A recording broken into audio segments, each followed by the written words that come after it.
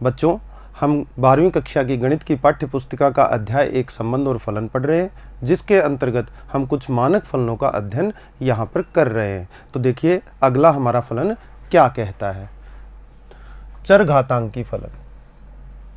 चरघातांकी फलन, जैसा कि आपको ज्ञात है, चरघातांकी फलन के बारे में आपको पीछे भागों में बताया गया है।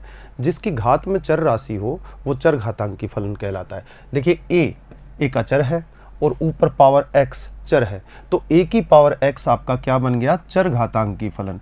और इस फलन को हम परिभाषित कर रहे हैं बच्चों, किस में कर रहे हैं, r2 r में परिभाषित कर रहे हैं। तो इसका सह प्रांत कितना हो गया r और प्रांत कितना है r।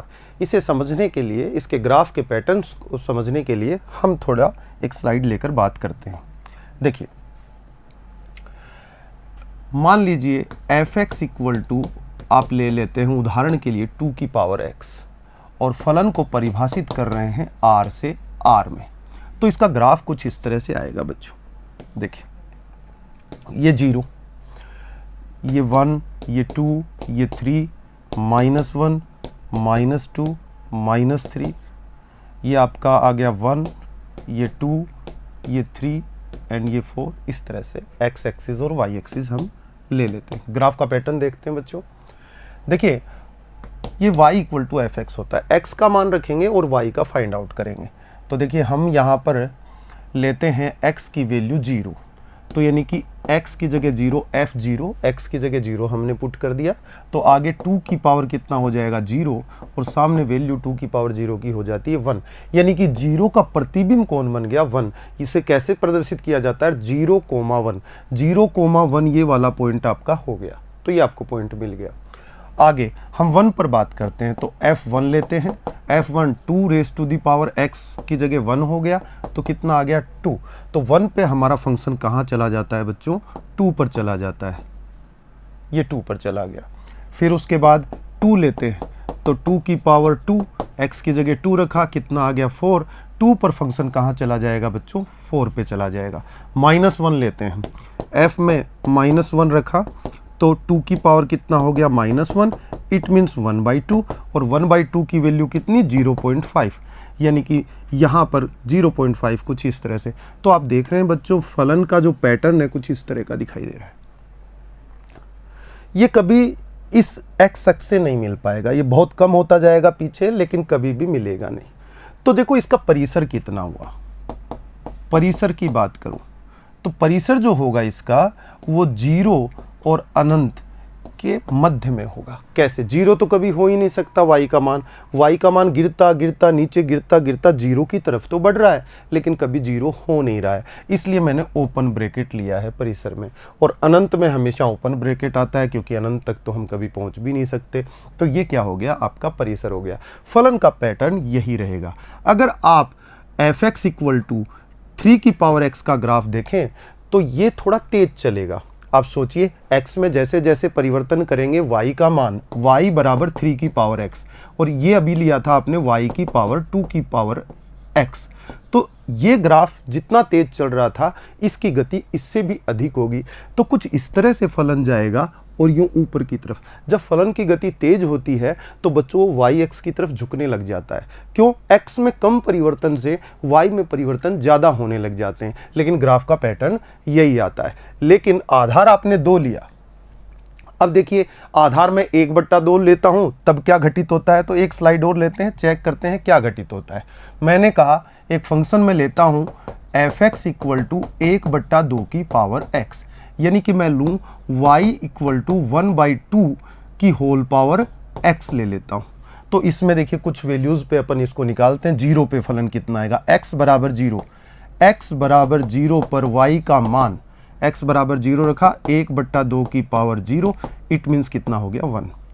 x इक्वल टू 1 पर निकालूँ तो y कितना हो जाएगा, y का वैल्यू कितना हो जाएगा, y 1/2 की पावर 1, तो 1/2 ही हो जाएगा। x इक्वल टू 2 पर निकालूं तो y कितना हो जाएगा, देखिए y 1/2 की पावर 2, तो 1/4। जैसे जैसे x का मान बढ़ेगा y का मान घटने लग गया, और जैसे जैसे x का मान ऋणात्मक होगा तो y का मान बढ़ने लग जाएगा। देखिए x इक्वल टू जब मैं -1 रखूंगा तो आपका y इक्वल टू कितना आएगा, 1/2 की पावर कितनी लग जाएगी बच्चों, -1। तो 2 ऊपर जाके y का मान कितना हो जाएगा, 2। क्यों, ऋणात्मक घात आ गई तो ऊपर चला जाएगा, भिन्न उल्टी हो जाएगी, तो मान कितना आएगा, 2।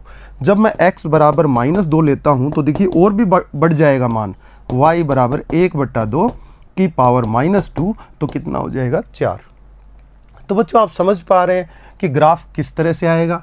देखिए x ये yx, x बराबर 0 पर, x बराबर 0 ये रहा, 0 पर मान कितना y का आया, 1, तो ये 1 रहा, तो यहाँ पर ग्राफ रहेगा। x इक्वल टू 1 पर 1/2, 1 पर 1/2 तो यहाँ पर आधे में आ जाएगा, और x इक्वल टू 2 पर 1/4 और नीचे आ जाएगा, नीचे ग्राफ चला जाएगा। -1 पर कितना मान आया, x बराबर -1 पर y का मान आया 2, तो ग्राफ ऊपर चढ़ जाएगा 2 पर, ये आपका 1 है, तो ग्राफ ऊपर चला गया। -2 पे कितना आया, 4, तो ग्राफ और ऊपर, तो ग्राफ का पैटर्न कुछ इस तरह से हुआ। तो ये दोनों में देखा, ये आधार है, ये बिल्कुल उसी की तरह है, a की पावर x। a का मतलब क्या हो गया, कांस्टेंट वैल्यू, x का मतलब चर राशि। x जब बदलते हैं और a अगर 0 से बड़ा हो और 1 से छोटा हो, जहां a की वैल्यू 0 और 1 के मध्य में हो, इस स्थिति में ग्राफ ये होता है। जो पीछे आपने देखा, 1 की वैल्यू मतलब आधार, आधार का मतलब 0 और 1 के मध्य में, तो ग्राफ इस तरह से आता है, आलेख हासमान होता है। पीछे आपने देखा, देखिए वर्धमान था फंक्शन आपका जो फलन था, इसमें क्या था, आधार जो था आपका वो 1 से बड़ा था, तो आप कहेंगे कि ये जो आधार है a जिसको बोल रहे हो, वो किससे बड़ा है, 1 से बड़ा है। तो अब अपने मूल ग्राफ को देखिए जिसे हमें समझना है, f(x) बराबर a की पावर x, आधार a की वैल्यू 1 से बड़ी होगी तो x के साथ साथ y में भी बढ़ोतरी होगी, और कैसा फलन हमें मिलने वाला है, वर्धमान। क्या ये वर्धमान फलन का आलेख है, तो हम कहेंगे ये ग्राफ है y इक्वल टू a की पावर x का, जहां a जो है वो किससे बड़ा है, 1 से बड़ा है। ये किसका ग्राफ है, घटता हुआ, हासमान होता हुआ, ये ग्राफ है, ये भी y इक्वल टू a की पावर x का है, लेकिन यहाँ जो आधार है वो 0 से बड़ा है और 1 से छोटा है। दोनों स्थितियों में a की पावर x बदल जाता है, इस स्थिति में वर्धमान रहता है और इस स्थिति में हासमान। अब आलेख देखकर हम इस फलन के बारे में क्या क्या कह सकते हैं वो बात करते हैं। सबसे पहले परिसर की बात करेंगे। परिसर जैसे मैंने बताया, y अक्ष पर जितना आलेख ग्रहण करेगा y अक्ष को, वो सारे के सारे पॉइंट आपके परिसर में आने वाले हैं। तो बताइए, ये मान ग्रहण 0 से ऊपर के सभी मान आलेख ग्रहण कर रहा है, लेकिन 0 से नीचे है ही नहीं आलेख आपका, तो 0 से ऊपर के अनंत की तरफ बढ़ते हुए सारे के सारे बिंदु किस में आने चाहिए, परिसर में।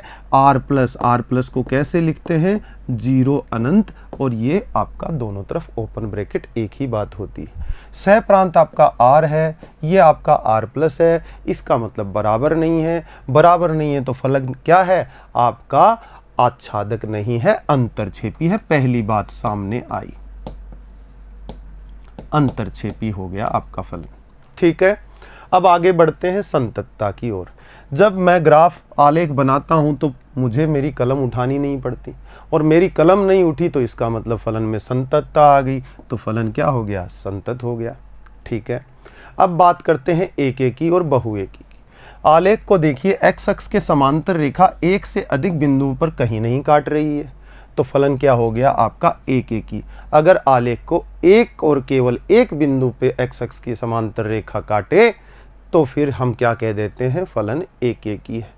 ऊपर की तरफ बढ़ रहा है तो ये वाला फलन क्या हो गया आपका, वर्धमान हो गया, और ये फलन क्या हो गया, नीचे की तरफ जा रहा है तो इसको क्या बोलेंगे, हासमान बोलेंगे। बाकी की बातें सेम है, ये भी एक एकी है। क्यों, क्योंकि x अक्ष के समांतर क्या काट रही है, एक ही पॉइंट पे कट कर रही है। उसके बाद इसका परिसर और इसका परिसर दोनों का समान है, यही परिसर दोनों का रहेगा। संततता दोनों में बनी हुई है, दोनों ही स्थितियों में संततता भी बनी हुई है। तो इन दोनों ग्राफों का अध्ययन आपने किया। अब दूसरी बात, कहीं शार्पनेस नहीं बन रही है, इस तरह शार्पनेस नहीं बन रही है तो हर जगह क्या होगा, अपने प्रांत में क्या हो जाएगा, फलन अवकलनीय। प्रांत क्या है, r मतलब सर्वत्र, वास्तविक संख्याओं की बात कर रहे हैं तो सभी वास्तविक संख्याओं के लिए अवकलनीय है, संतत है, ये वर्धमान है, ये वाला ह्रासमान है। तो इन दोनों को कंपेयर करके आप इनके बारे में जानकारियाँ प्राप्त कर चुके होंगे। तो इस तरह आलेख को आपने पढ़ा। आगे देखते हैं अगला आलेख क्या कहता है। ये log x, बच्चों a की पावर x का प्रतिलोम फलन जो होता है वही आपका log x बनता है। अब आप कह रहे होंगे कि प्रतिलोम कैसे बनेगा सर, जो फंक्शन एक एक ही आच्छादक होता है उसी फलन का तो प्रतिलोम निकलता है। ठीक है, हम लोग a की पावर x पर दोबारा चलते हैं। a की पावर x का आपने सहप्रांत r लिया था, तब यह अंतरछेपी था, आच्छादक नहीं था। एक एक की तो बात दोनों में हो चुकी कि फलन एक एक की तो है, समस्या आच्छादक में है। तो हम क्या करेंगे, इसको r प्लस ले लेंगे। जब इसको r प्लस लेंगे तो ये r प्लस परिसर हो गया और सहप्रांत भी आपका r प्लस हो गया, दोनों ही r प्लस हो गए। तो इसका मतलब सीधा सा है कि फलन आच्छादक हो जाता है। अगर r प्लस है तो पहले r था इसलिए आच्छादक नहीं था, r प्लस लेते ही सहप्रांत परिसर बराबर हो गए, आच्छादक हो गया। फलन एक एक ही पहले से था, अब एक एक ही और आच्छादक होने के कारण ये क्या हो गया, व्युत्क्रमणीय हो गया। तो इसका प्रतिलोम निकलेगा। इस स्थिति में प्रतिलोम जब निकलेगा, अगर ये r से r प्लस में परिभाषित है तो f इनवर्स, इसका जो f इनवर्स है वो r प्लस से r में परिभाषित हो जाएगा, क्योंकि परिसर प्रांत बन जाता है और प्रांत परिसर बन जाता है, ये भी आपने सीखा था। तो अब आप बताइए f इनवर्स यानी कि fx का प्रतिलोम, वो क्या नाम दिया आपने उसको, log x, आधार कितना a, ये f इनवर्स है इसका। तो log फलन जो फलन होता है उसका हमेशा और हमेशा प्रांत क्या होना चाहिए, r प्लस। r प्लस नहीं होगा तो log परिभाषित ही नहीं हो पाता।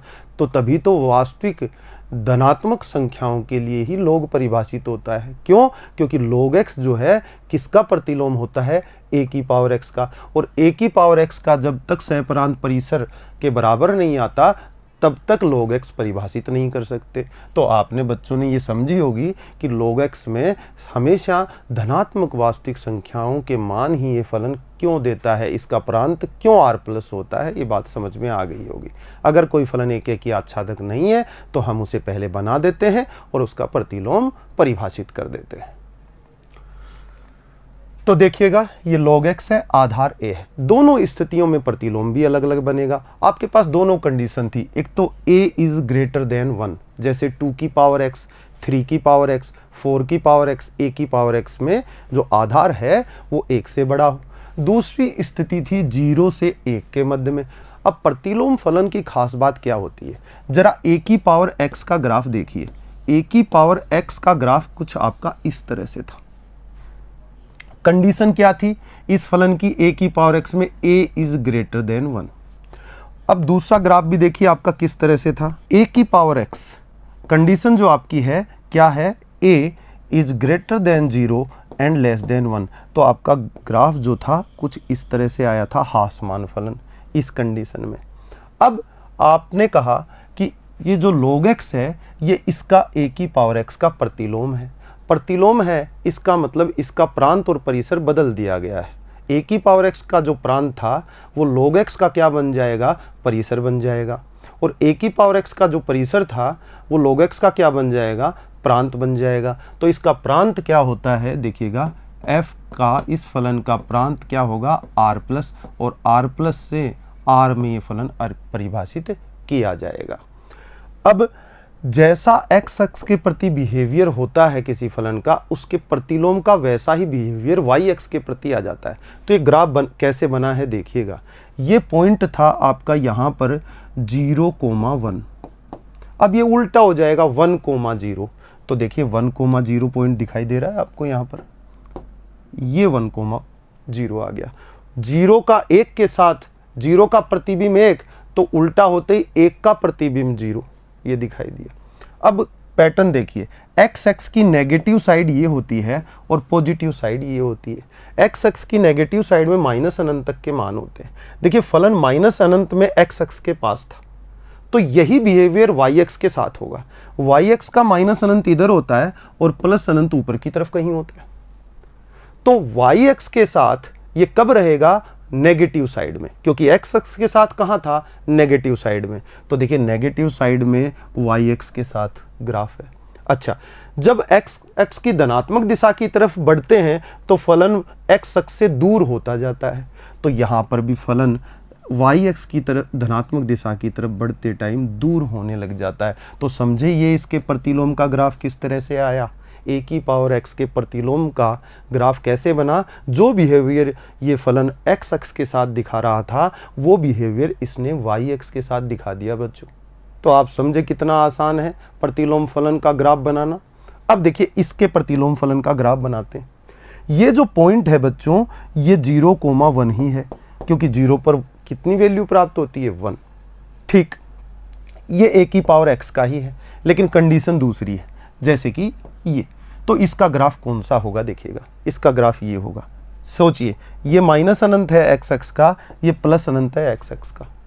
तो फलन क्या कर रहा है, माइनस अनंत पे दूर था और प्लस अनंत की तरफ पास आया एक्स अक्ष के। तो यही बिहेवियर अब वाई एक्स के साथ दिखाएगा। वाई एक्स का माइनस अनंत इधर है, प्लस अनंत इधर है। तो आप देखेंगे कि माइनस अनंत की तरफ दूर था तो माइनस अनंत से ये दूर है, और ये इसी तरह पास आता हुआ दिखाई देगा किसके, प्लस अनंत की तरफ। तो माइनस अनंत से प्लस अनंत की तरफ जैसा एक्स अक्ष के प्रति बिहेवियर कोई फलन दिखा रहा था ए की पावर एक्स, उसका प्रतिलोम जो log x है वो बिहेवियर किसकी तरफ दिखा देता है, वाई एक्स के साथ ऐसा दिखा देता है। इस तरह से ग्राफ ये बनते हैं। अच्छा, हम ग्राफ को देखकर कुछ सूचनाएं लेना चाहते हैं। जैसा कि आपने देखा कि प्रांत इस फलन का कितना है, दोनों ही फलनों का कितना है, r प्लस है। अब प्रांत r प्लस क्यों है, ये बात भी बच्चों को अभी समझा दी गई है, क्योंकि एक एक ही आच्छादक बनाकर ही प्रतिलोम परिभाषित किया जा सकता था, इसलिए हमने उसको r प्लस बनाया। तो परिसर r हो गया आपका, क्योंकि y एक्सिस के पूरे मानों को आलेख ने ग्रहण कर लिया। यहाँ पे भी देखिए, यहाँ पर भी आलेख है, हर जगह आलेख है। 0 से बड़ी संख्याओं के लिए, वाई एक्स पे ऋणात्मक संख्याओं के लिए भी आलेख उपलब्ध है। तो ऋणात्मक, धनात्मक, 0 सब जगह आलेख दिखाई दे रहा है। तो पूरा आर क्या हो गया बच्चों का, परिसर हो गया। अब पूरा आर परिसर हो गया है तो फिर ये किसके बराबर हो गया बच्चों का, सहप्रांत के बराबर हो गया। तो फलन कैसा हो गया, आच्छादक। एक बात और यहाँ सामने आती है, देखिए हमेशा प्रतिलोम फलन जो होते हैं एक एक ही आच्छादक होते हैं। अगर किसी फलन का प्रतिलोम फलन निकाला जाता है तो मूल फलन के एक एक ही आच्छादक होने के कारण ही निकाल सकते हैं। अब मूल फलन एक एक ही आच्छादक है तो प्रतिलोम फलन निश्चित रूप से एक एक ही आच्छादक होगा। तो ये फलन आच्छादक हैं, आच्छादक क्यों, क्योंकि दिखाई दे रहा है सहप्रांत और परिसर बराबर है। आगे बात करते हैं संततता की। तो संतत है फलन, क्यों, क्योंकि बिना कलम उठाए हम इसका ग्राफ बना सकते हैं। दोनों ही ग्राफों में ये चीज़ आपको देखने को मिलेगी। एक एक ही कैसे पता लगा, एक्स अक्ष के प्रति समांतर रेखाएं एक ही बिंदु पर कट कर रही, इसलिए क्या हो गया आपका फलन एक एक ही भी हो गया। तो दोनों ही आपके एक एक ही हो गए और संतत भी हो गए। फलन देखिए ऊपर की तरफ बढ़ रहा है तो क्या हो गया, वर्धमान। ये वाला फलन क्या है, वर्धमान। परंतु ये वाला फलन क्या होगा, ह्रासमान। क्यों, क्योंकि नीचे की तरफ गिरता हुआ ग्राफ दिखाई दे रहा है। तो इन फलनों को आपने देखकर समझा कि किस तरह से इनके बारे में ये सूचनाएं हमें प्राप्त हुई। आगे देखते हैं बच्चों, sine x, f x equal to sine x, और आर से आर में आपने इसको परिभाषित किया है। साइन एक्स का ग्राफ जैसा कि आप जानते हैं, प्रथम चतुर्थांश 0 से लेकर क्या π/2 तक। प्रथम चतुर्थांश में फलन के मान 0 से 1 तक बढ़ते हैं। देखिए x बराबर 0 तो साइन 0 का मान 0, और π/2 पर जाके कितना हो जाता है 1, तो 0 से 1 तक बढ़ा। फिर पाई पर कितना आ जाता है वापस 0, तो π/2 से पाई तक आते आते मान घटते हैं। और फिर ये आपका जो 3π/2 है, ये पॉइंट 3π/2 पे मान कितना हो जाता है -1, तो यहाँ फिर घटते हैं। ये तृतीय चतुर्थांश है आपका। 3π/2 से 2π तक चतुर्थांश हो गया, इसमें मान फिर से बढ़ने लग जाते हैं। आवर्ती फलन है, बाद में इन जो मान जो प्राप्त हुए हैं इनकी पुनरावृत्ति शुरू हो जाती है, इसीलिए इसे आवर्ती फलन कहते हैं। तो ये ग्राफ आपने देखा होगा। देखिए बच्चों, फलन के बारे में सूचनाएं प्राप्त करते हैं। इसको मैंने r से r में परिभाषित किया है। परिसर क्या होता है, y अक्ष के मान -1 से 1 तक ग्रहण कर रहे हैं। इसका अधिकतम मान 1 है, न्यूनतम मान -1 है। तो परिसर में -1 से 1 तक के मान आएंगे, क्योंकि y अक्ष पर आलेख -1 से 1 तक के मान ही ग्रहण कर पा रहा है। तो यहाँ पर देखिए परिसर आपका -1 से 1 हो गया। लेकिन सहप्रांत R है और परिसर -1 से 1 है, इसलिए आच्छादक नहीं हो सकता, क्योंकि ये दोनों बराबर नहीं है। परिसर नहीं है बराबर किसके? सहप्रांत के। तो आप कहेंगे अंतरछेपी फलन है। अब अंतरछेपी फलन है तो इसे आच्छादक बनाया जा सकता है। क्या? आप इस R की जगह लिख दें, सहप्रांत को अगर कर दें -1 से 1, तो ये क्या बन जाता है बच्चों? आपका फलन आच्छादक बन जाता है। क्यों? क्योंकि जब R की जगह ये लिखेंगे तो परिसर और सहप्रांत क्या हो जाएंगे? बराबर हो जाएंगे। तो अगर कोई फलन आच्छादक नहीं भी है तो उसके सहप्रांत को उसके परिसर के बराबर लाकर हम उसे क्या बना सकते हैं? आच्छादक बना सके हैं। लेकिन फिलहाल हम इसे नहीं बना रहे हैं, तो ये अंतरछेपी फिलहाल फलन है।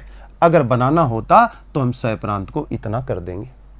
ठीक है, आगे बात करते हैं संततता।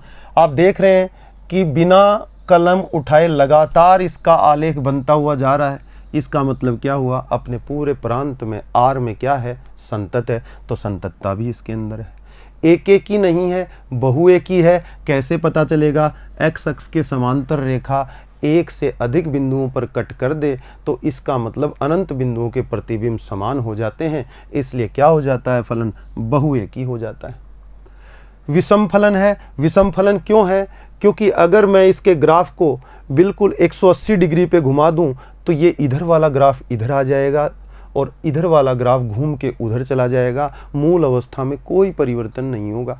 इसलिए मूल बिंदु के प्रति ये ग्राफ जो है आपका सममितता प्रदर्शित कर रहा है। और मूल बिंदु के प्रति अगर कोई ग्राफ सममितता प्रदर्शित कर दे तो वह फलन क्या हो जाता है? आपका विषम फलन हो जाता है।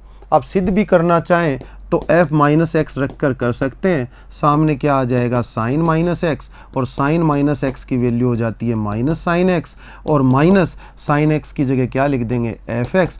तो f-x इक्वल टू -fx आपके सामने आते ही आप सैद्धांतिक रूप से कह देते हैं कि फलन क्या है? विषम फलन है। और f-x इक्वल टू fx ही आ जाए तो बच्चे कह देते हैं कि सम फलन है।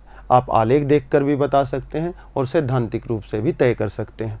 उसके बाद आवर्ती फलन है, जैसा कि आपको बताया।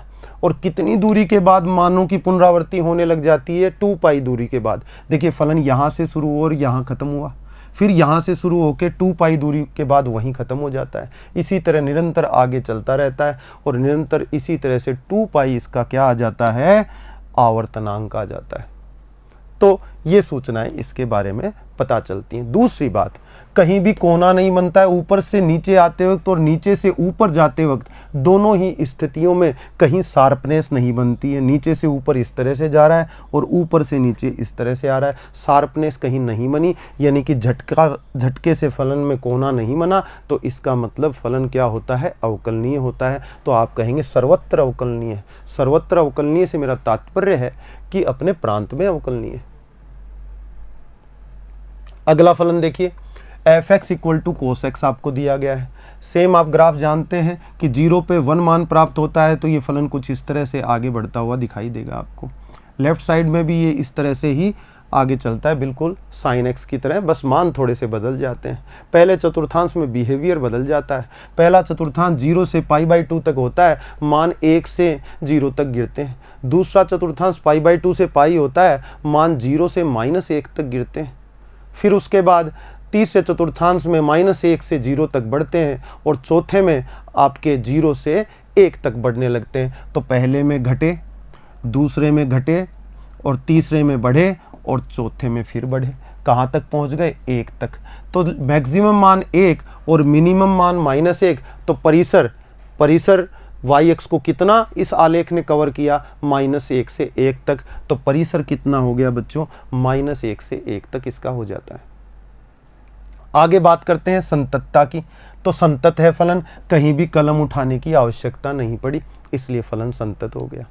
बहुएकी है फलन। बहुएकी क्यों है? x अक्ष के समांतर रेखा अनंत बिंदुओं पर इसको कट कर देती है, इसलिए फलन क्या हो गया? बहुएकी हो गया। समफलन है। समफलन क्यों है? वाई एक्स के प्रति सममितता दिखाता है। वाई एक्स जो है आपकी दर्पण प्रतिबिंब की तरह काम कर रही है इसके दोनों तरफ। और सैद्धांतिक रूप से आप बताना चाहें तो माइनस एक्स प्रतिस्थापित करें एक्स की जगह तो cos ऑफ माइनस एक्स हो जाएगा, जिसकी वैल्यू cos एक्स हो जाती है। और cos एक्स का मान किसके इक्वल है? एफ एक्स के। तो f माइनस एक्स की वैल्यू एफ एक्स के इक्वल आते ही आप सैद्धांतिक रूप से कह देंगे कि समफलन है। तो कैसा फलन हो गया? समफलन हो गया। ये भी 2 पाई, देखिए ये फलन यहाँ से 1 से नीचे गिरता गिरता -1 पहुँचा, -1 से चढ़ता हुआ फिर 1 पहुँचा, तो ये 2 पाई दूरी हो गई यहाँ तक, और फिर यहाँ से फिर नीचे गिरने लग जाता है। तो यह जहाँ से शुरू हुआ था ये पहुँच गया, फिर वहाँ से 2 पाई दूरी में फिर पहुँच गया, फिर 2 पाई में यहाँ से शुरू होके आगे इसी तरह गति करेगा। तो इसका आवर्तनांक कितना है? 2 पाई। क्यों? 2 पाई के बाद फलन अपने मानों की पुनरावृत्ति शुरू कर देता है, तो आवर्ती फलन है। आवर्तनांक कितना है? 2 पाई। अगला 10x का ग्राफ देखते हैं। देखिएगा 10x का ग्राफ क्या कहता है। 10x बताइए, -π/2 पे माइनस अनंत वैल्यू है। माइनस अनंत से ग्राफ ने ऊपर बढ़ना शुरू किया, 0 पे वैल्यू 0 ले ली, और π/2 पे फिर मान अनंत की तरफ बढ़ने लग गए π/2 जाते जाते। तो π/2 की तरफ जब बढ़ता है तो अनंत की तरफ बढ़ जाता है।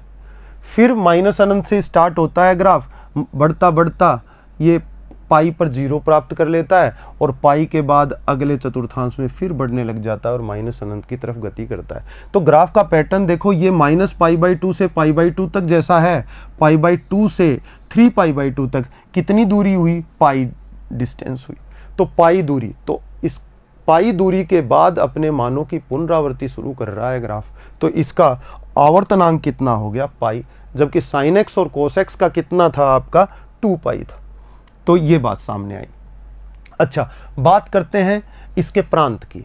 देखिए आपको ये बताया गया है कि प्रांत में वे ही बिंदु लिए जा सकते हैं जिनके प्रतिबिंब विद्यमान हो सहप्रांत में। अगर कोई भी अवयव प्रांत में ऐसा हो जिसका प्रतिबिंब सहप्रांत में न मिले तो फलन ही परिभाषित नहीं हो पाएगा। इसलिए उन मानों को निकाल देते हैं जो कि अनंत, जैसे कि 1/x एक फलन था आपके पास f(x) = यहाँ आपने 0 को प्रांत में से निकाल दिया था, इसका प्रांत क्या लिया था? r0, यानी कि x0 = 0। x 0 क्यों नहीं हो सकता? क्योंकि y का मान x बराबर 0 पे क्या हो जाएगा? अनंत।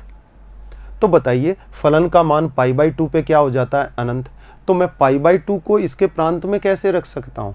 π/2 तो संबंध बनाएगा अनंत से, और अनंत अपरिभाषित है, तो फिर π/2 जब तक किसी से संबंध नहीं बना पाएगा तब तक ये फलन कैसे हो पाएगा? यानी कि प्रांत में π/2 है लेकिन अनंत सह प्रांत में नहीं है, तो कैसे संबंध बनेगा? ये तो रॉन्ग बात हो गई, गलत बात हो गई। तो π/2 को निकालना पड़ेगा। तो फलन जहाँ जहाँ अनंत पे जा रहा है प्रांत में से वो बिंदु निकालने पड़ेंगे बच्चों। तो देखिए कहाँ जा रहा है? π/2 पे, फिर 3π/2, और इससे पहले -π/2। तो देखिए मैंने सारे r में से, वास्तविक संख्याओं में से फलन के ये बिंदु सारे निकाल दिए। n belongs to z। देखिए n = 1 रखेंगे तो कितना बनेगा? 2n। 2n मतलब 2 × 1 + 1 3π/2, तो 3π/2 बिंदु निकाल दिया। n = 0 रखेंगे तो n = 0 रखोगे तो कितना बनेगा? π/2। तो ये π/2 बिंदु भी माइनस कर दिया है इसमें से, r में से, यहाँ पर माइनस का मैंने साइन लगा रखा है। फिर उसके बाद n = 2, n = 3 रखते जाइए, ये अनंत वाले सारे बिंदु निकल जाएंगे। तो प्रांत में से ये सभी बिंदु निकालने पड़ते हैं। बात रही सह प्रांत की, तो सह प्रांत मैंने r लिया हुआ है। अब मैं परिसर की बात कर लेता हूँ। देखिए फलन यहाँ से y के नेगेटिव -∞ तक नीचे जा रहा है, और बढ़ता बढ़ता आलेख ऊपर +∞ तक जा रहा है। तो पूरी की पूरी y एक्सिस को ग्राफ कवर कर रहा है, यानी कि -अनंत से अनंत तक के मानों को कवर कर रहा है y एक्सिस पे। इसका मतलब इसका परिसर कितना हो गया? -अनंत से अनंत के मध्य की वास्तविक संख्याएं सारी की सारी। तो यहाँ पर देखेंगे आप r क्या होता है? -अनंत से अनंत के मध्य की सारी वास्तविक संख्याएं। तो आपका परिसर r हो गया।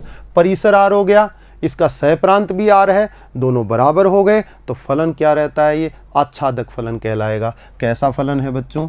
आच्छादक। इसको आच्छादक बनाने की जरूरत नहीं है, ये स्वतः ही आच्छादक है। एक एक ही है, या बहुएकीय एक्स अक्ष के समांतर रेखा खींचिए, पता चल जाएगा।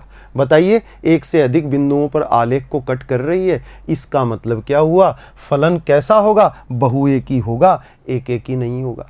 अच्छा, दूसरी बात, मुझे आलेख बनाते वक्त देखिए यहाँ से मैंने कलम ली और ऊपर तक गया, अब x बराबर π/2 पे फिर मैं नीचे आया, तो कहाँ ग्राफ टूटा, π/2 पर, 3π/2 पे। तो असांतत्य के बिंदु कौन कौन से हैं, जहाँ कलम उठानी पड़े। कलम कहाँ कहाँ उठ रही है, π/2, 3π/2, 5π/2। इनको शॉर्ट में लिखा जाता है 2n+1 × π/2 and n belongs to z। n के मान जैसे जैसे पूर्णांक लेते जाओगे सारे बिंदु आ जाएंगे। और अलग अलग लिखे तो मैंने अलग अलग +-π/2, +-3π/2, इन सारे बिंदुओं पे x के मानों पर असंतत है फलन। फलन टूट जाता है, कलम उठानी पड़ती है, इसलिए असंतत है। आगे देखते हैं। दूसरी बात, विषम फलन है या समफलन। पहले ही सिद्ध कर चुके हैं कि विषम फलन है। विषम फलन क्यों है, 180 डिग्री पे मूल बिंदु के सापेक्ष घुमाओगे तो ग्राफ अपने मूल अवस्था में आ जाता है। सोचिए, इसी पार्ट को घुमा के देख लीजिए, आप इसे 180 डिग्री पे घुमाएंगे तो ये पार्ट इधर आता हुआ नीचे इसकी जगह ऐसे आ जाएगा और ये पार्ट ऊपर चला जाएगा। तो मूल बिंदु की प्रति सममितता प्रदर्शित करता है। और सैद्धांतिक रूप से सिद्ध करेंगे तो f - x की वैल्यू -fx के इक्वल टू आ जाएगी, जैसे कि हमने पीछे देखा था, तो वहाँ से भी सिद्ध हो जाएगा। कैसा फलन है बच्चों, विषम फलन है। विषम फलन हो गया। आवर्ती फलन है, क्यों, कुछ देर बाद, कुछ समय पश्चात मानों की पुनरावृत्ति शुरू हो जाती है। देखिए, ये मान ग्रहण किए सारे y(x) के, फिर यहीं से स्टार्ट हो गया और अनंत की तरफ चला गया। तो कितनी दूरी, ये दूरी पाई है, ये दूरी पाई है, तो पाई दूरी के बाद मान ग्रहण करने लग जाता है। तो इसका आवर्तनांक कितना हो जाता है बच्चों, पाई हो जाता है। और इस ऐसे फलनों को क्या कहा जाता है, आवर्ती फलन कहा जाता है। फलन नीचे से ऊपर की तरफ बढ़ता हुआ दिखाई दे रहा है इसका आलेख, तो आप क्या कहेंगे, वर्धमान फलन है। फलन के मान -∞ से ∞ की तरफ बढ़ते हैं, इसलिए कैसा फलन है, आपका वर्धमान फलन है। अच्छा, अब जहाँ संतत नहीं है वहाँ अवकलनीय भी नहीं होगा। क्यों, क्योंकि ग्राफ टूट जाता है। अनंत पे जाते ही ग्राफ को टूटना होता है। एक दिन पहले भी बात हुई थी, आज भी बात हो रही है। अनंत पे जाएगा तो फलन को टूटना ही पड़ेगा। और फलन कहाँ जा रहा है, ऊपर, अनंत की तरफ जा रहा है, इसलिए टूट जाता है। कहाँ पर गया, x बराबर π/2 पर गया, x बराबर 3π/2 पे गया। तो इन बिंदुओं पे इसीलिए संततता नहीं आती और इन बिंदुओं पे अवकलनीय भी नहीं है। तो किस किस पे अवकलनीय, +-π/2 पे अवकलनीय नहीं है, +-3π/2 डैश डैश डैश आगे, +-5π/2, ये पैटर्न चलता रहेगा, +-7π/2, +-9π/2। इन बिंदुओं पर कभी न तो संतत होगा न अवकलनीय होगा। अच्छा, एक बात और कर लेते हैं, क्या फलन अपने प्रांत में संतत है, तो मेरा जवाब होगा हाँ, फलन अपने प्रांत में संतत है। क्योंकि जो असांतत्य के बिंदु हैं वो प्रांत में है ही नहीं। प्रांत में r में से माइनस किए हुए हैं ये सारे के सारे बिंदु। इसका मतलब क्या है, इसका मतलब π/2 भी है, 3π/2 भी है, मतलब कि n की वैल्यू 1, 2, 3, 4, z यानी कि 0, -1, -2 रखोगे तो ये सारे बिंदु जो असांतत्य वाले हैं वो तो r में से निकल गए। अब आपको पहले ही बताया जा चुका है कि जब असांतत्य के बिंदुओं को हम निकाल दें तो बाकी जगह फलन संतत हो जाता है।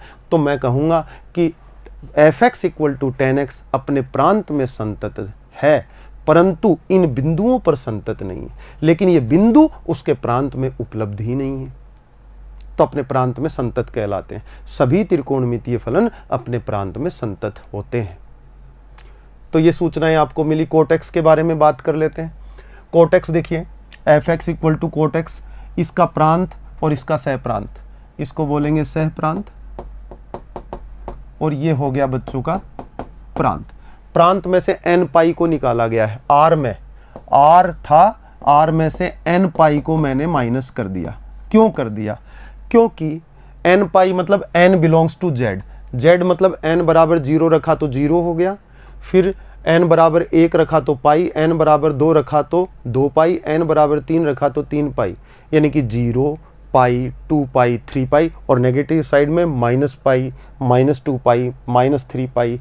इन बिंदुओं पे फलन अनंत पे चला जाता है, इन बिंदुओं पे फलन अनंत पे चला जाता है, इसलिए इन बिंदुओं को निकालना होता है। देखिए फलन का ग्राफ कुछ इस तरह से नीचे जा रहा है और पाई के पास आता आता कहाँ चला गया, माइनस अनंत की तरफ चला गया। ऊपर जीरो पे अनंत की तरफ जा रहा है, तो जीरो को निकालना होगा, फिर पाई को निकालना होगा, फिर आपको आगे जाके 2 पाई को निकालना होगा। इधर में पीछे में आओगे तो माइनस पाई को निकालना होगा।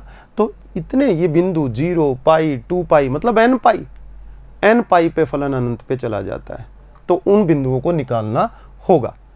तो इन बिंदुओं को अपन ने निकाल दिया n पाई पे, तो ये फलन परिभाषित हो गया। अब फलन परिभाषित हो गया तो इसके बारे में व्याख्या करते हैं कि इसका परिसर क्या होगा। जैसे tan x y के सभी मानों को ग्रहण कर रहा था, cot x भी y x को पूरा कवर कर रहा है, तो पूरा r जो है आपका क्या हो गया बच्चों का, परिसर हो गया। और पूरा r परिसर हो गया और आपका सहप्रांत भी r था, तो फलन आच्छादक हो गया। क्योंकि सहप्रांत और परिसर बराबर होते ही फलन को क्या बोल दिया जाता है, आच्छादक। बच्चे इस बात को समझे होंगे। संततता, असंतत कहाँ कहाँ है, जहाँ जहाँ अनंत पे जा रहा है।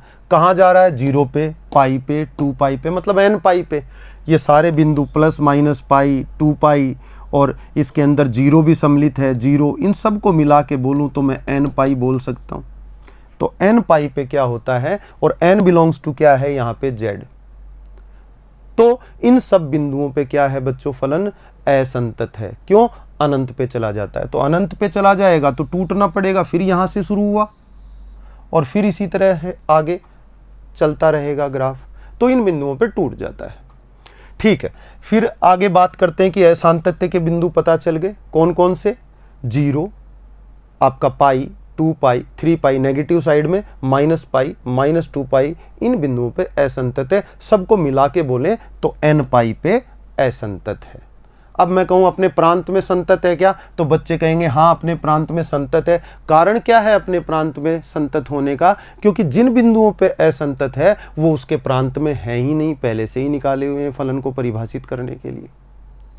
फलन इन्हीं बिंदुओं पे अवकलनीय नहीं होगा, तो फलन अपने प्रांत में अवकलनीय होगा क्या, बिल्कुल कोई कोना नहीं बन रहा है, और जो असांतत्य के बिंदु थे वो पहले ही प्रांत में नहीं है, तो अपने प्रांत में अवकलनीय होगा। इन बिंदुओं पे अवकलनीय नहीं होगा लेकिन अपने प्रांत में अवकलनीय हो जाएगा।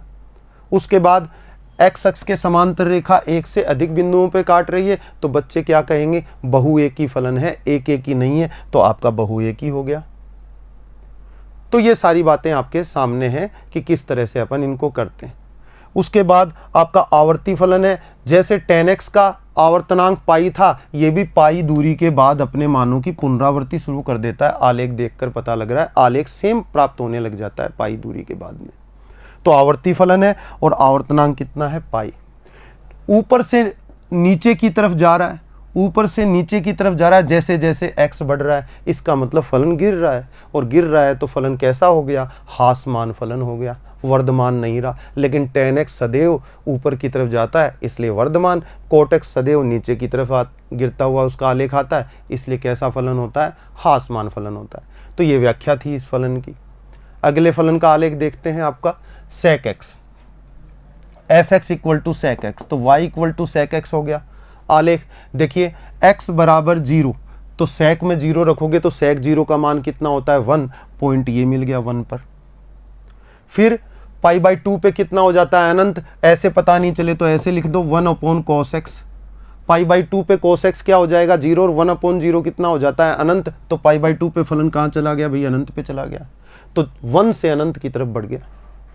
माइनस π/2 पे भी कितना हो जाता है, अनंत, तो ये अनंत की तरफ माइनस π/2 पे भी बढ़ गया। क्यों, क्योंकि cos x यहाँ sec x बराबर 1/cos x होता है, माइनस π/2 पे cos क्या हो जाता है आपका, 0 हो जाता है, तो 1/0 कितना हो गया, अनंत। यहाँ से पता लग जाएगा। आगे चलते हैं, आगे पैटर्न सेम आता जाता है। यहाँ पर पाई पे कितना मान प्राप्त किया फलन ने, -1 के बराबर प्राप्त किया, और π/2 से -1 तक बढ़ा, फिर -1 से माइनस अनंत की तरफ मान घटने लग गए। तो इस फलन का ग्राफ कुछ इस तरह का आता है। फलन को देखकर काफ़ी सूचनाएं प्राप्त हो रही हैं। देखिए, सबसे पहले तो आर में से इन बिंदुओं को निकाल दिया। ये बिंदु कौन कौन से हैं ग्राफ देखकर पता लगेगा। एक तो π/2 होना चाहिए, क्योंकि π/2 पे अनंत जा रहा है, नीचे में माइनस अनंत जा रहा है। दूसरा बिंदु 3π/2 होना चाहिए। अगला 5π/2 होना चाहिए। इधर में कितना हो जाना चाहिए, -π/2। फिर आगे चलोगे तो -3π/2। तो इन बिंदुओं को निकालना पड़ेगा। ये बिंदु सारे 2n+1 × π/2 से निकाले गए हैं। क्यों? n का मान z है, तो z जैसे जैसे रखेंगे, जिस तरह से अपन ने 10x में किया था, ये बिंदु यहाँ पर भी निकल जाएंगे। n = 0 रखिए बच्चों। n = 0 रखोगे तो यहाँ कितना बनेगा, π/2 बनेगा। π/2 आपका ये रहा, ये बिंदु निकल गया, क्योंकि माइनस किया जा रहा है यहाँ से r में से। अच्छा, n = 1 रखिए। n = 1 रखोगे 3π/2 बनेगा, ये बिंदु भी निकल गया। n = -1 रखिए, तो n = -1 रखेंगे तो -2 + 1 यानी कि -π/2, ये बिंदु भी निकल गया। तो देख रहे हैं बच्चों, ये वैल्यू जो है ये सारे के सारे इन बिंदुओं को आपके r में से निकाल देती है, मतलब आपके प्रांत में से निकाल देती है। क्यों निकाल देती है? इन बिंदुओं पे फलन का मान कहाँ जा रहा है, अनंत पे। ऐसे बिंदुओं को प्रांत में नहीं रखा जा सकता जिन पर फलन का मान अनंत हो जाता है। क्यों? क्योंकि अनंत अपरिभाषित है। तो आपने देखा इस तरह से इसका प्रांत ये है, और सह प्रांत आपका कितना है, r है। सह प्रांत r हो गया। परिसर की बात करें, देखिए फलन कितनी दूरी में है, 1 और -1 के बीच में नहीं है ग्राफ। देखिए ये लाइन मैंने खींची 1 और ये -1 पर y एक्सिस पे खींच दी। y एक्स पर -1 पे लाइन, y एक्स पे 1 पे लाइन, इनके बीच में आलेख नहीं है। आलेख 1 से ऊपर है और -1 से नीचे है बच्चों। अब 1 से ऊपर है और -1 से नीचे है, तो परिसर कितना होना चाहिए, 1 से ऊपर कितना है, अनंत तक, और -1 से नीचे माइनस अनंत तक। तो मैं कहूँ माइनस अनंत से आपका कहाँ तक आया, -1 तक, और ये क्लोज ब्रैकेट, और यूनियन कर दूं 1 से क्लोज ब्रैकेट और अनंत। तो ये आपका कितना हो जाएगा, क्या हो जाएगा, इसका परिसर हो जाएगा। आलेख ने y एक्सिस पे इतने मान ही तो ग्रहण किए हैं। अच्छा, इसी को दूसरे तरीके से लिखूं बच्चों, तो मैं कहूँगा r में से 1 से -1 की बीच की वैल्यूज़ निकाल दूं, तो r -1 to 1 ये वैल्यूज़ मैं निकाल दूं, तो बच्चे ये देखेंगे कि ये दोनों चीज़ें बराबर हैं। या तो मैं माइनस अनंत से -1 तक और यहाँ पर 1 से अनंत तक दोनों को मिला दूं, यूनियन का मतलब सम्मिलन करना, मिला देना, और मैं r में से -1 से 1 के बीच की वैल्यूज़ निकाल दूं, तो भी तो यही परिसर बचेगा। तो इन दोनों का मतलब समान होता है बच्चों। किसी भी व्यवस्था से आप देख सकते हैं, आपने क्या किया, r -1 से 1। तो इस तरह से आप इसको कर देंगे, आपका परिसर पता चल गया। अब परिसर और सहप्रांत बराबर नहीं है, तो फलन कैसा हो गया बच्चों, फलन हो गया आपका अंतरछेपी। क्यों? आच्छादक नहीं होगा। आच्छादक होने के लिए इसका सहप्रांत और इसका परिसर बराबर होना चाहिए था। अब बात करते हैं आपके संततता की। तो जिन बिंदुओं पे अनंत पे जा रहा है वहाँ फलन का टूटना जरूरी है। तो बताओ कहाँ कहाँ असंतत है। फलन को देखकर मैं कहता हूँ π/2 पे असंतत है, 3π/2 पे असंतत है, -π/2 पे असंतत है, -3π/2 पे भी आगे असंतत मिलेगा। मतलब जो बिंदु आपने निकाले थे उन पर असंतत है। तो असांतत्य के बिंदु क्या हो गए, +-π/2 +-3π/2, ये सारे बिंदु असांतत्य के हो गए, तो इन पर असंतत कहलाएगा। इसी बात को मैं ऐसे कहूँ, क्या फलन अपने प्रांत में संतत है, तो बच्चों का जवाब होगा हाँ, क्योंकि जो असांतत्य के बिंदु हैं वो तो प्रांत में हैं ही नहीं, आप माइनस कर चुके हो r में से, तो बाकी जगह तो क्या है, संतत है। तो असांतत्य के बिंदु अगर प्रांत में से निकाल दें तो फिर बाकी जगह तो क्या रहेगा, आपका फलन संतत हो जाएगा। तो अपने प्रांत में sec x संतत है, लेकिन हर जगह संतत नहीं है, पूरे r में संतत नहीं है। ये बात यहाँ एक और निकल कर आती है। यही बात अवकलनीयता के लिए होगी। इन बिंदुओं पे अवकलनीय नहीं है, बाकी जगह तो देखो कहीं कोना नहीं बन रहा, बिल्कुल कर्वेचर मोड में गति हो रही है, हर जगह अवकलनीय है, लेकिन इन बिंदुओं पर अवकलनीय नहीं है। क्यों? क्योंकि संतत नहीं है, फलन टूट चुका है। देखिए मैंने ग्राफ यहाँ से शुरू किया, यहाँ तक ले गया, फिर मैं π/2 पे कलम उठा रहा हूँ, फिर 3π/2 पे कलम उठा रहा हूँ। इसका मतलब क्या हुआ? इसका मतलब ये हुआ जहाँ कलम उठानी पड़े वहाँ टूट गया ग्राफ, वहाँ संतत भी नहीं हो सकता, अवकलनीय भी नहीं हो सकता। ये बात सामने आई। उसके बाद एक एक की या बहुए की एक्स अक्ष के समांतर रेखा एक से अधिक बिंदुओं पर काट रही है, सीधी सी बात है बहुए की हो गया फलन। ठीक है बच्चों, समझ में आ रही है चीजें? सम फलन है, कोस एक्स ही सम था तो ये भी सम होगा।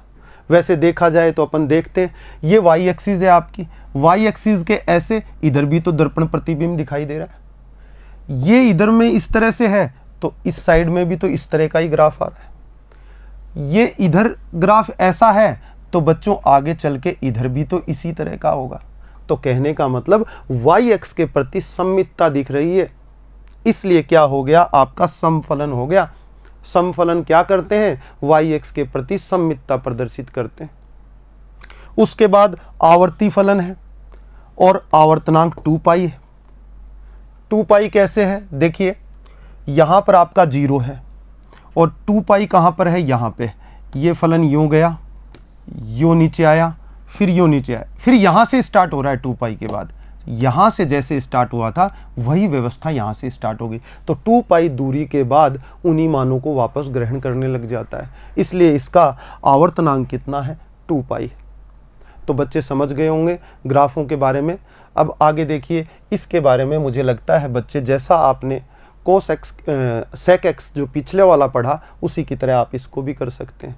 आप देख रहे हैं कहाँ कौन कौन से बिंदु निकालने हैं प्रांत में से, तो nπ निकालने, 0 निकालना है, 0 पे अनंत पे गया, फिर पाई पे अनंत पे गया, 2π पे अनंत पे गया, इधर में -π पे अनंत पे गया। तो यानी कि nπ निकालने पड़ेंगे, nπ पर अनंत चला जाता है फलन।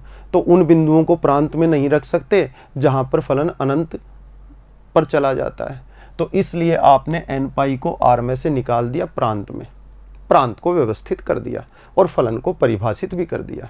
और जो सह प्रांत है आपने क्या ले लिया? आर ले लिया बच्चों। अब इसके बारे में बात करते हैं परिसर की। तो परिसर कितना होगा? वही व्यवस्था आपकी, ये 1 और ये -1। -1 से 1 के बीच की वैल्यूज वाई एक्सिस पे ग्रहण नहीं कर रहा है आपका आलेख, तो इनको निकाल देंगे हम। किस में से? आर में से। बाकी बची हुई आलेख में आ रही हैं वो उनको कवर कर रहा है, तो आपका परिसर r -1 से 1 हो गया। दूसरा तरीका अभी लिखने का बताया था आपको, क्या लिख सकते हैं? -∞ से कितना? -1 तक, और यूनियन 1 से कहाँ तक? अनंत तक। अनंत को और माइनस अनंत को कभी शामिल नहीं करते, तो ओपन ब्रैकेट लगाया जाता है। आप इस तरह से लिखें परिसर या इस तरह से, दोनों ही ये इसके बराबर नहीं है, और बराबर नहीं है तो फलन आच्छादक नहीं है, और फलन आच्छादक नहीं है बच्चों तो क्या है? आप जानते हैं, अंतरछेपी फलन है। एक्स अक्ष के समांतर रेखा एक से अधिक बिंदुओं पे कट कर रही है, तो बच्चे तुरंत कह देंगे फलन के बारे में, एक्स अक्ष के समांतर रेखा एक से अधिक बिंदुओं पे कट कर रही है, इसलिए बहुएकी फलन है। तो ये देख पा रहे हैं आप, इसके बारे में इतनी सूचनाएं आपको मिली। विषम फलन है, आवर्ती है, आवर्तनांक 2π है, जैसे पीछे किया था। आगे देखते हैं अगला फलन क्या कहता है। F x equal to log mod x। देखिए log x का ग्राफ अभी अभी आपको बताया था, किसका? log x का। आधार कितना? a, जिसमें a क्या था? ग्रेटर देन 1 था। इसका ग्राफ याद कीजिए, आपका ग्राफ कुछ इस तरह से था, आप पीछे देख लीजिएगा, ये आपका ग्राफ था। तो इसका जो प्रांत था वो क्या था? r प्लस, लेकिन यहां पर मैं प्रांत क्या ले रहा हूं? r0 ले रहा हूं। r0 से r में इसको परिभाषित कर दे रहा हूं। कारण क्या है? आप कहेंगे सर log तो धनात्मक संख्याओं का ही लिया जा सकता है, ऋणात्मक संख्याओं का तो हम log ले नहीं सकते। लेकिन बच्चों ध्यान दीजिए, ये mod x है। अगर x के मान ऋणात्मक भी होंगे, जैसे कि -1 -2 भी होंगे, तो ये -x का मोड क्या हो जाए? -1 लोगे या -2 लोगे, -3 लोगे, तो ये मोड क्या कर देगा? उसे धनात्मक मान में परिवर्तित कर देगा। लेकिन log किसका निकलेगा? धनात्मक का। जैसे आपने log लिया 2 का, -2 का, तो -2 का log से पहले क्या? ये मापांक है, तो ये क्या बना देगा? इसको log 2 ही बना देगा। तो log 2 तो परिभाषित है, इसलिए यहां पर ऋणात्मक मानों के लिए भी वही मान प्राप्त होने लग जाते हैं। जैसे कि -1, -2, इनका बिहेवियर भी, यानी कि ऋणात्मक मानों की तरफ भी फलन का ग्राफ इस तरह से आ जाता है। जैसा धनात्मक को प्राप्त कर रहा था वैसे ही ऋणात्मक मान ये मोड धनात्मक में परिवर्तित करके लोग के वही मान प्राप्त करने लग जाएगा जो इस साइड हो रहे थे। इसी तरह से y के मान प्राप्त होने लग जाएंगे। तो ग्राफ कुछ इस तरह से आ जाएगा बच्चों। अब बताइए, x अक्ष के समांतर रेखा दो बिंदुओं पे कट कर रही है, तो दो बिंदुओं पे कट कर रही है, इसका मतलब क्या हुआ, बहुएकी हुआ। तो फलन के बारे में सूचना मिल गई कि बहुएकी है। दूसरी चीज, आच्छादक है या अंतरछेपी है, तो पहले ही बता चुके हैं। लॉग फलन, क्या इसका परिसर कितना होगा, देखो y अक्ष पूरी कवर हो रही है आलेख से, तो कितना हो जाएगा, r हो जाएगा प्रांत, और r नोट तो हो जाएगा प्रांत, जैसे कि मैंने लिखा हुआ है। परिसर क्या हो जाएगा बच्चों का, r हो जाएगा, और परिसर r हो गया और सह प्रांत r है, तो आप क्या कह देंगे, दोनों बराबर हैं, इसलिए फलन क्या हो गया, आच्छादक हो गया। फलन आच्छादक है, बहुएकी है। x बराबर 0 पर असंतत है, बिल्कुल दिखाई दे रहा है। x बराबर 0 पे फलन अनंत की तरफ जा रहा है और इस साइड भी अनंत की तरफ जा रहा है, तो x बराबर 0 पर कलम को उठाना पड़ा, इसलिए संतत नहीं है। आप कहेंगे x बराबर 0 पर फलन संतत नहीं है। मैं दूसरी बात करना चाहता हूं बच्चों से, क्या अपने प्रांत में संतत है, बिल्कुल संतत है। क्यों, क्योंकि r नोट के अंदर 0 होता ही नहीं है। r नोट का मतलब होता है r-0। अब r-0 आपने प्राप्त कर लिया, तो इसका मतलब इसमें 0 नहीं है, और संतत कहाँ नहीं है, x बराबर 0 पे संतत नहीं है, तो बाकी जगह तो संतत है। तो अपने प्रांत में ये संतत कहलाएगा, क्योंकि असांतत्य का जो बिंदु है x बराबर 0, ये इस फलन के प्रांत में उपलब्ध ही नहीं है। आगे समफलन है। समफलन क्यों है, क्योंकि देखिए y अक्ष के राइट साइड में जैसा वैसा ही लेफ्ट साइड में तो दिखाई दे रहा है। इसके समफलन के बारे में यहाँ व्याख्या हो जाती है कि y अक्ष के लेफ्ट साइड में जैसा है, y अक्ष के राइट साइड में भी वैसा ही फलन दिखाई दे रहा है।